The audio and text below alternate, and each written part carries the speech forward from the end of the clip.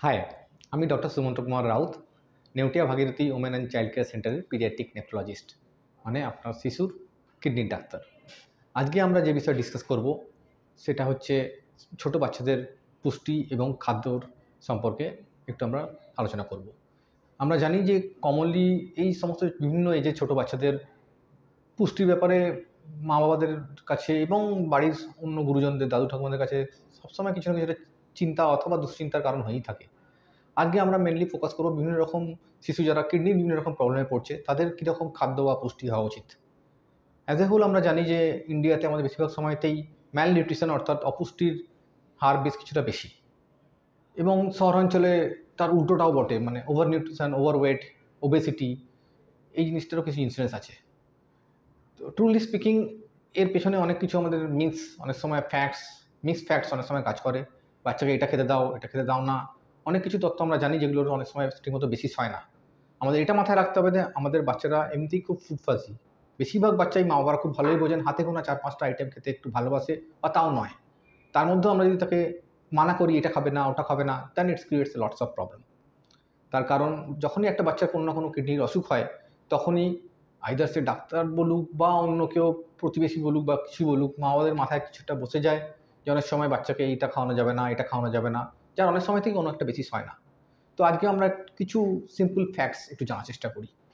তো বিভিন্ন রকম কিডনি ডিজিজ নিয়ে আমরা ডিল করি রেগুলারলি। তার মধ্যে বড় চাঙ্কে যেগুলো আছে তার মধ্যে উপরের দিকে থাকে, যেমন এক্সাম্পল হচ্ছে নেফ্রোটিক সিনড্রোম।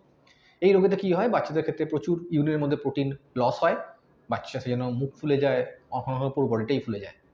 এবং এই রোগেতে সবসময় আমরা প্রথম টার্গেট হয় যে শিশুকে প্রচুর পরিমাণে প্রোটিন খাওয়াতে হবে। এবং বলাটা যতটা সহজ, করাটা অবভিয়াসলি যেরকম কঠিন। যে বাচ্চা এমনি সারাদিনের নিউট্রিশন এমনি ঠিকমতো ফুডের মধ্যে অনেক চয়েস আছে, অর্ধেক ফুড খেতে চায় না, তাকে প্রোটিন ফুড খাওয়ানোটা বেস্ট টাফ। এবং অনেক সময় পেরেন্টসের মধ্যে একটা ধারণাটাও প্রপার থাকে না যে কোন খাবারের প্রোটিন খুব বেশি আছে, কোন খাবারটা প্রোটিনটা উপযুক্ত, কোনটা উপযুক্ত নয়। এবং আমরা এখানে বেশিরভাগ সময় মামাদের বলতে চাই যে বেশিরভাগ, বিশেষ করে আমাদের বাঙালিরা অনেক সময় বেশিরভাগ নন ভেজিটেরিয়ান, এবং ডিম আমাদের কাছে খুব ইজিলি অ্যাভেলেবেল খাদ্য, অবভিয়াসলি কিছুটা ফাইন্যান্সিয়ালিও সুবিধা। তো সেক্ষেত্রে এই সমস্ত বাচ্চাদের দিনে 2টো বার ডিম ইউজুয়ালি আরামসে খাওয়ানো যাবে। কিছু এখানেও কাজ করে। অনেক সময়তে এই সমস্ত নেফ্রোটিক রোগেতে কোলেস্টেরল একটু হাই থাকে, বেশিরভাগ সময় তারা সাময়িক বটে। তার কারণে আমরা অনেক সময়তে ওকে সারা জীবনের মতো ডিমের কুসুম খাবে না, তেল খাবে না, এসব অনেক সময় বলে থাকি। কিন্তু আমাদের মাথায় রাখতে হবে, একটা বাচ্চাকে ডিমের কুসুম না খাইয়ে শুধুমাত্র সাদা অংশটা খাওয়ানো regularly years after years is difficult. সুতরাং ওই ট্রানজিয়েন্ট একটা হাই কোলেস্ট্রলের জন্য আমরা তাকে কখনোই অযথা কিছু মানা করব না। আমরা চাইবো বরং ঘুরিয়ে ফিরিয়ে, কখনো অমলেট, কখনো ভুজি, কখনো বয়েলড এগ, এরকম ঘুরিয়ে ফিরিয়ে সারাদিনে 2টো বার ডিম খাওয়াতে পারলে এই সমস্ত নেফ্রোটিক বাচ্চার ক্ষেত্রে অনেক বেশি সুবিধা। যারা বিশেষ করে ভেজিটেরিয়ান তাদের ক্ষেত্রে অ্যাটলিস্ট সোয়াবিন বা পনির রিলেটেড ডায়েট রেগুলারলি দিনে 2-3 বার হওয়াটা বেশি জরুরি এখানে। এই সমস্ত নেফ্রোটিক সিনড্রোম বাচ্চাদের ক্ষেত্রে অনেক সময়তে বাচ্চা যখন অ্যাক্টিভলি খুব বেশি ফুলে যায়, তখন একটু জলের মাত্রাটা একটু সামান্য কমের দিকে রাখা উচিত, যাতে ফোলাটা যখন কমে যায়। এবং যখন এই বাচ্চাগুলো ফুলে থাকে না, নর্মাল থাকে, তখন কিন্তু জলের মাত্রাটা একদম অ্যাডিকুয়েট হওয়া উচিত। নেক্সট এরকমই একটা রোগের মধ্যে পার্ট হচ্ছে নেফ্রাইটিক সিনড্রোম, যেখানে অনেক সময় বাচ্চার ক্ষেত্রে ইউরিনের মধ্যে অনেক সময় ব্লাড বেরোয়, আচ্ছা সেরকম চোখ মুখ খুলে যেতে পারে, ব্লাড প্রেশার অনেক সময় হাই হয়। এই সমস্ত বাচ্চাদের নুনের মাত্রা সম্বন্ধে অনেক সময় আমাদের আবার একটা মিস কাজ করে। অনেক সময় আমরা তাকে 0 সল্ট দিয়ে দিই, কিন্তু আবার আমাদের মাথায় রাখতে হবে যে একটা খাবারের মধ্যে 0 সল্ট হলে, সে খাবার একদম টেস্ট না হলে একটা বাচ্চা কী করে তাকে আমরা খাবার খাওয়াবো। সুতরাং সেক্ষেত্রে 0 সল্ট না করে আমরা চেষ্টা করি সল্টটাকে একটু মাত্রার মধ্যে রাখতে। এমনি মেডিকেল ল্যাঙ্গুয়েজে বললে তাকে 2 গ্রামস অফ সোডিয়াম বা 5 গ্রামস অফ সল্ট বোঝায়, কিন্তু আমরা তো কেউ রান্না করার সময় 5 গ্রামস অফ সল্ট মেপে করি না। তো আমরা ইউজুয়ালি বলি যে 1 চিমটে নুনের মধ্যে দিয়ে সারাদিনের খাবারটা তৈরি করতে, অথবা খুব সহজ ভাষায় বলতে গেলে যে খাবারের মধ্যে যেটুকু সামান্য নুন দেওয়ার কথা সেটা দেওয়া যাবে, অতিরিক্ত সল্ট অ্যাড করা যাবে না। তবে হ্যাঁ, এটা শুধুমাত্র বাচ্চার ক্ষেত্রে একা করলে সেটা বাচ্চা কখনো সেটাকে হয়তো মেনে নাও নিতে পারে।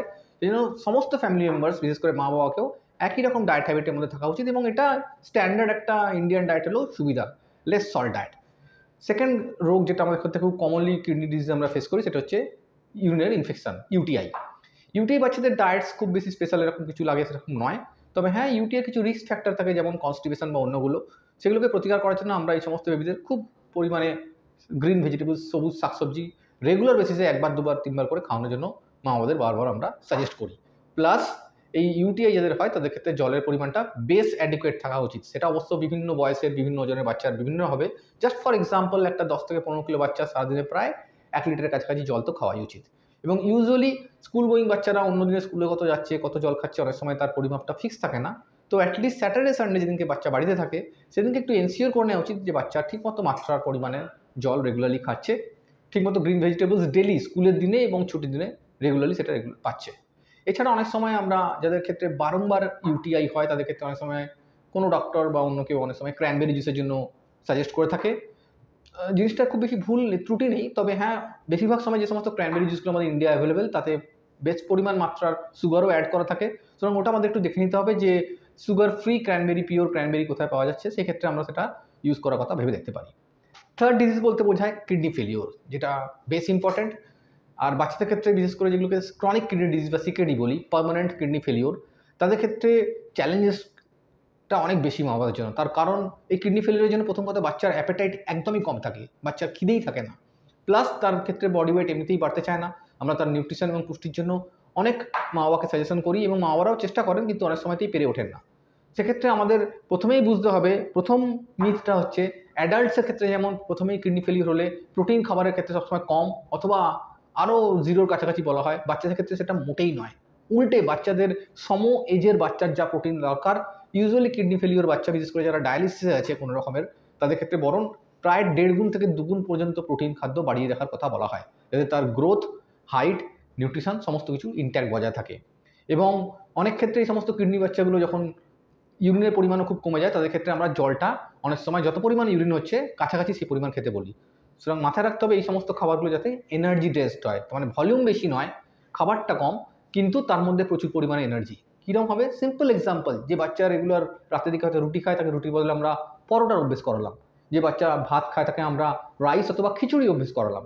নিয়মিত বাচ্চার ডায়েটের মধ্যে ডিম 1টা বা 2টো, সোয়াবিন রেগুলারলি দিলাম এবং চেষ্টা করলাম যে 1 চামচ করে বাটার প্রতিদিন আইদার পরোটার সঙ্গে বা খিচুড়ির সঙ্গে মিশিয়ে যাতে খাওয়াতে পারে। ফ্রুটসের মধ্যে বাচ্চারা যে কোনো ফ্রুটস এনজয় করতে পারে। বিশেষ করে কিডনি ফেলিওর বাচ্চারা অনেক সময় পটাশিয়াম হাই হলে আমরা পটাশিয়াম ফ্রি ফ্রুটস অনেকগুলো ফল মানা করে থাকি। এর মধ্যে একটা কথা আমি বলবো অ্যাটলিস্ট, যে কলা, ব্যানানা, সেটা অ্যাটলিস্ট সমস্ত ফ্রুটসের মধ্যে ক্যালোরির মধ্যে সবচেয়ে বেশি রিচ। সুতরাং ইউজুয়ালি 1টা বা 2টো করে কলা বাচ্চাদের খাওয়ানো যেতেই পারে। অনেক সময় আমাদের মধ্যে ভুল ধারণা থাকে সর্দি হলে কলা খাওয়ানো হয় না, এই ভুল ধারণা খুব একটা বেশি নেই। এবং অনেক সময় কলাতে কিছু পটাশিয়াম হাই থাকে বলে যাদের পটাশিয়াম খুব হাই লেভেলে চলছে তাদের অনেক সময় আমরা ট্রানজিয়েন্টলি মানা করে থাকি। তবে বেশিরভাগ সময় ব্যানানা কিন্তু বাচ্চাদের সেফলি খাওয়ানো যায় যাতে পুষ্টিটা ভালো মতো ধরা থাকে। আর সেকেন্ড, এই সমস্ত বাচ্চাদের অনেক সময় হয় যে খিদে এতই কম, মা বাবা যতই চেষ্টা করুক সামান্য পরিমাণ খাবারও তাদেরকে ঠিকমতো দিতে পারবে না। সেজন্য বাধ্য হয়ে অনেক সময় আমরা কী করি না, মুখে যতক্ষণ বাচ্চা খাচ্ছে খেলো, এক্সট্রা টাইমে আমরা নাকে একটা টিউব, এনজি টিউব পরিয়ে বাচ্চাকে এনজি টিউবের থ্রু দিয়ে লিকুইড ডায়েট দেওয়ার ব্যবস্থা করি। অনেক সময় যারা স্কুল গোয়িং বাচ্চা তাদের ক্ষেত্রে এনজি টিউব বা নাকে নল পরানোর একটু অসুবিধা, বাড়িতে লজিস্টিক্স প্রবলেম, সেক্ষেত্রে আমরা অনেক সময় এটা পেক টিউব বলা হয়, খাবার খাওয়ানোর জন্য স্টোমাকের মধ্যে ডাইরেক্টলি খাবার ঢোকানো যায়, বা গ্যাস্ট্রোস্টোমি টিউব বলা হয়, সেই টিউব মারফত আমরা খাবার দিতে পারি। এবং আমাদের যে কজন বাচ্চা কিডনি ফেলিওর বাচ্চা বা যারা এরকম গ্যাস্ট্রোস্টোমি টিউবে আছে, তারা টিউব পরানোর পরে তাদের কিন্তু গ্রোথ খুব ভালো পরিমাণে বেড়েছে এবং এটা ইউনিভার্সালি প্রুভেন ফ্যাক্ট। হ্যাঁ, আমাদের মধ্যে কিছু অনেক সময় সাময়িক একটু ইতস্ততা থাকে পেরেন্টসদের মধ্যে যে পেটের মধ্যে ফুটো করে টিউব ঢোকানো হবে বা সামথিং, তবে এই ইতস্ততাগুলোর বেশি বেসিস নেই, কারণ এর মধ্যে অ্যাডভান্টেজটাই অনেক বেশি পরিমাণ পাওয়া যায়। থার্ড অপশান, যে সমস্ত বাচ্চাদের অনেক সময় হয় 7-8 বছরের বাচ্চারা রাত্রে বেডে ইউরিন করে ফেলছে, বা দিনের বেলা ঘুমিয়ে থাকলেও প্যান্টে বা বেডে ইউরিন করে ফেলছে, বেড ওয়েটিং, এই সমস্ত বাচ্চাদের ক্ষেত্রেও ডায়েট রিলেটেড খুব বেশি রেস্ট্রিকশান নেই। তবে হ্যাঁ, অনেক সময় আমরা বলি চা, কফি, কোল্ড ড্রিঙ্কস যেগুলো একটু বেশি ডায়াবেটিক সেগুলোকে একদমই মানা করার জন্য। আর একটা অবভিয়াসলি কথাও আমরা বলে থাকি যে এই সমস্ত বাচ্চার জলের পরিমাণটা, সারাদিনে প্রচুর জল খাক কিন্তু ইউজুয়ালি সন্ধ্যে 8টা-9টার পর থেকে জলটা কমাতে শুরু করুক। এই কয়েকটা কথা একটু মাইন্ডে রাখতে হবে। কিছু ফোর্থ ভ্যারাইটি অফ সিনড্রোম আছে, যেমন কিছু বাচ্চা আছে যারা প্রচুর পরিমাণে ইউরিন করে, টিবিউলোপ্যাথি বলি আমরা, আইদার রেনাল টিবিউলার অ্যাসিডোসিস হোক বা বাটার সিনড্রোম হোক। এদের ছোটো একটা বাচ্চা, 1 বছর বা 1.5 বছরের বাচ্চা সারাদিনে প্রায় 2 লিটার, 3 লিটার, 4 লিটার পর্যন্ত ইউরিন করতে পারে। তো সেই সমস্ত বাচ্চাগুলো তার বদলে প্রচুর জল সারাক্ষণ খেতে থাকে এবং জল খেয়েই পেটটা এমন ভর্তি রাখে যে সেই পেটের মধ্যে আর নিউট্রিশন ঢোকার জায়গা থাকে না। তো এই সমস্ত বাচ্চাদের ক্ষেত্রে আমাদের আবার মনে করতে হবে সেই এনার্জি ডেন্স ফুড, যেমন আমরা এক্সাম্পল দিলাম, এজ রিলেটেড যেমন হবে, আইদার সেটা এজ কম থাকলে স্ম্যাশ করা খিচুড়ি হোক, সোয়াবিন হোক, বা সুজি হোক, অথবা এজ একটু বড় হলে পরোটা বা রাইস যেমন বলা হলো সেটা নিতে হবে। এবং অনেক সময় এদের পরিমাণ, জলের পরিমাণ এবং খাবার পরিমাণ এত হিউজ হয়ে দাঁড়ায় ডিমান্ডটা, যেটা ওরা পেরে ওঠে না খেতে, সেই সময় কিন্তু অনেক সময় আমরা এই সমস্ত বাচ্চাদেরও গ্যাস্ট্রোস্টোমি টিউব পরিয়ে তাদেরকে জল এবং নিউট্রিশন যেটা যেমন দরকার সেটা অনেক সময় তাদেরকে দেওয়ার ব্যবস্থা করে থাকি। সুতরাং আমাদের প্রথমেই জানতে হবে যে কিডনি ডিজিজ রিলেটেড বাচ্চাদের ক্ষেত্রে এক তো অন্য বাচ্চাদের মতোই এদের এটা খাবো না ওটা খাবো না এটা একটু থাকতে পারে, তাদের নিজস্ব দু একটা সিম্পল চয়েস থাকতে পারে যেটা আমরা হয়তো আবার মানাও করে দিলাম সেই দু একটা চয়েসের মধ্যে, এবং অনেক সময় এদের অ্যাপেটাইট বা খিদেটাও কম থাকতে পারে। সুতরাং একটু ফ্যাটসগুলো নিয়মিত জেনে বা আমরা যদি নিজেদের খাবারের আইটেমগুলো ফিক্স করতে পারেন কোনটা একটু বেশি ক্যালোরি ফুড, কোনটাতে নিউট্রিশন ভালো আছে, এবং তার মধ্যে একটু ভ্যারাইটি আনতে পারে। বাচ্চারা, বিশেষ করে ছোটো বাচ্চারা খুব কালারফুল ফুডস একটু ভালোবাসে, সুতরাং কোনো একটা খাবারের মধ্যে একটু গাজর মেশানো, কোনো একটা খাবারের মধ্যে একটু অন্য কোনো কালারফুল ভেজিটেবলস মেশানো, তাহলে বাচ্চারা যদি দেখতে অ্যাট্রাকটিভ হয় তারা কিন্তু সেই খাবারগুলো খুব বেশি প্রেফার করতে পারে। এবং কখনোই দুটো বাচ্চা সেম হয় না, সুতরাং একটা বাচ্চাকে আমরা যা ফুড সাজেস্ট করবো জরুরি নয় যে অন্য বাচ্চা সেম ফুড সাজেস্ট করবে। কিছু বাচ্চা আইসক্রিম খুব পছন্দ করে এবং আমরা খাবারের মধ্যে আইসক্রিমকে ইউজুয়ালি মানা করি না, বিকজ আইসক্রিমের মধ্যেও ক্যালোরি প্রচুর আছে। তবে হ্যাঁ, যে সমস্ত বাচ্চার বারবার সর্দি হয়ে অন্য কোনো শরীর খারাপ হয় তাদের ক্ষেত্রে আইসক্রিমটা তাদের পেরেন্টসরা সেই মতো করে কনসিডার করতে পারে। আদারওয়াইজ আমাদের ইউজুয়ালি এই সমস্ত বাচ্চাদের যদি আমরা রেগুলার মতো নিউট্রিশনগুলো একটু ঠিকমতো ধরে রাখতে পারি, তাদের পিরিয়ডিক বাচ্চাদের ডাক্তারবাবুকে দেখিয়ে তাদের হাইট ওয়েট রেগুলারলি মাপতে পারি, এবং আমরা দু একটা কথা শুধু রেস্ট্রিকশনের মধ্যে হচ্ছে, যখন কিডনি ফেলিয়ার বাচ্চার ইউরিন কমে গেছে সেই সময় হয়তো জলটা আমরা কমালাম, যে সমস্ত বাচ্চার নেফ্রোটিক সিন্ড্রোমের বাচ্চারা ফুলে গেছে সেই সময় হয়তো জলটা সাময়িকভাবে কমালাম, বাকি সময় জলের পরিমাণ অ্যাডিকুয়েট থাকতে হবে। সল্ট ইউজুয়ালি জিরো করা হয় না, বরং সল্ট একটু কম বিভিন্ন কিডনি পেশেন্টের বাচ্চাদের, বিশেষ করে যারা প্রেসারের ওষুধ বা এনারাপ্রিল টাইপের ওষুধ খাচ্ছে, অথবা কিছু বাচ্চা যেমন ওই টিবুলোপ্যাথির এক্সাম্পল দিলাম যারা প্রচুর সারাদিনে ইউরিন করে 3 লিটার 4 লিটার, তাদের ক্ষেত্রে অনেক সময় নুনের পরিমাণ বরং বেশি দিতে হয়। আর কিছু রেস্ট্রিকশান, ইউজুয়ালি আমরা প্রোটিন রেস্ট্রিকশান কখনোই ছোটো বাচ্চাদের ক্ষেত্রে করার চেষ্টা করব না, কারণ প্রোটিনটাই এই সমস্ত বাড়ন্ত বাচ্চাদের আপ টু 17-18 ইয়ার্স পর্যন্ত তাদের গ্রোথে হেল্প করবে। সুতরাং কোনো জিনিস মানা করার আগে অবশ্যই নিজের ডক্টরসকে একবার অ্যাটলিস্ট কনসাল্ট করুন, সে আপনার পেডিয়াট্রিক নেফ্রোলজিস্ট হোক বা আপনার পেডিয়াট্রিশিয়ানই হোক। সুতরাং কিছু জিনিসকে একটা বাচ্চাকে একটা খাবারের থেকে বিরত করার আগে অ্যাটলিস্ট প্রপার নলেজটা নিয়ে তবেই বিরত করুন। আর আমরা জানি যে আমাদের এই ন্যাশনাল নিউট্রিশন উইক সেপ্টেম্বরের প্রথম সপ্তাহে আমরা পালন করে থাকি, সুতরাং আসুন সবাই মিলে এই ন্যাশনাল নিউট্রিশন উইকে আমাদের ছোটো ছোটো বেবিগুলোর, বিশেষ করে যাদের কিডনির অসুবিধা আছে, যাদের ক্ষেত্রে একদমই নিউট্রিশন সবসময় মেনটেন করা পসিবল হয় না, তাদের আমরা একটু খাবারের দিকে, তাদের পুষ্টির দিকে একটু আমরা সচেতন হই, এবং বেশিরভাগ বাচ্চারাই তাদের কিন্তু বেটার পারফর্ম করবে। ওকে, থ্যাংক ইউ।